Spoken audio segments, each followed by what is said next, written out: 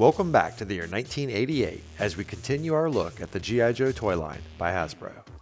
Previously, we started Series 7 with our look at the Cobra Toxo Viper and learned how around this time, the realistic military troops and vehicles started to become more science fiction influenced. However, there were still realistic figures being introduced, like the SWAT specialist, Shockwave, and the light infantryman, Hit and Run. And today, we'll be taking a look at Hit and Run, here on Creed's Collection.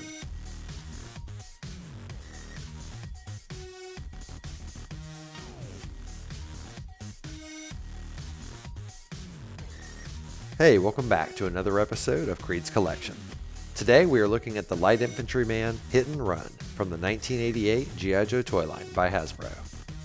Hit and Run was orphaned at the age of 3 by a drunk driver, so he grew up in a county institution, from which he escaped regularly. When asked what he was running from, he replied, "Nothing, I'm practicing," and he went straight from the county custody to the army. Hit and Run's primary military specialty is of course infantry, and his secondary military specialty is mountaineering, something he has in common with Alpine. And now that we know a little bit more about Hit and Run, let's go ahead and take a closer look. One of the most obvious things about Hit and Run is that he's wearing full camo makeup over his arms and face, which is extremely unique and really makes him stand out among the other G.I. Joe figures. I can't think of a single other one that has the makeup on their face like this. Now he also has 2 grenades on his harness here and a loop there, which is for his rappelling rope, and we'll come back to that. Here's a quick 3/4 view of his face, and I have to say that the look of him here reminds me of a rebel trooper on Endor from Return of the Jedi. Now we're going to go back to the front here and look at this rappelling loop. His rope comes out of his duffel and goes to his grappling hook through it. So unless you want to constantly untie that grappling hook, this is pretty much going to be on him all the time. So expect to see it for the rest of the video. But that doesn't mean I don't like the bag. I love that you can store the knife in the side of it, and I think it's a pretty great accessory. Definitely different than the standard backpack. And here's a quick look at the loop up close so you can see how the rope passes through it for rappelling. Even Hit and Run's boots look incredibly realistic. Everything about him screams modern army soldier of the 80s. As we come around to the back of Hit and Run, there's not a whole lot going on, but he does have the peg hole in the center of his back there for a backpack, if you wanted to put one on him. Or if you were lucky enough to have the Target exclusive Hit and Run, which was released with Airborne Assault Parachute Pack. And since it was released only at Target in 1988, it's pretty rare. If you have this one, it's worth well over $100 now. And now we'll take a look at G.I. Joe's articulation. Their knee has a 90-degree bend and a ball joint at the hip, which allows for some pretty nice flexibility. Waist has a rubber band inside of it, allows them to flex back and forth. Shoulder can swivel like so, as well as up and down, and at the forearm. Head's on a ball joint, so it can look down and up, as well as left and right. And that is it. That covers all of G.I. Joe articulation. Now I'll go ahead and take a look at the accessories included with Hit and Run. This is his Colt 9mm submachine gun, and it looks pretty good except for one tiny flaw. Unfortunately, the barrel tip is broken off. Upon perusing eBay looking for a replacement, I realized this is a problem because almost everyone I saw for sale had the broken tip.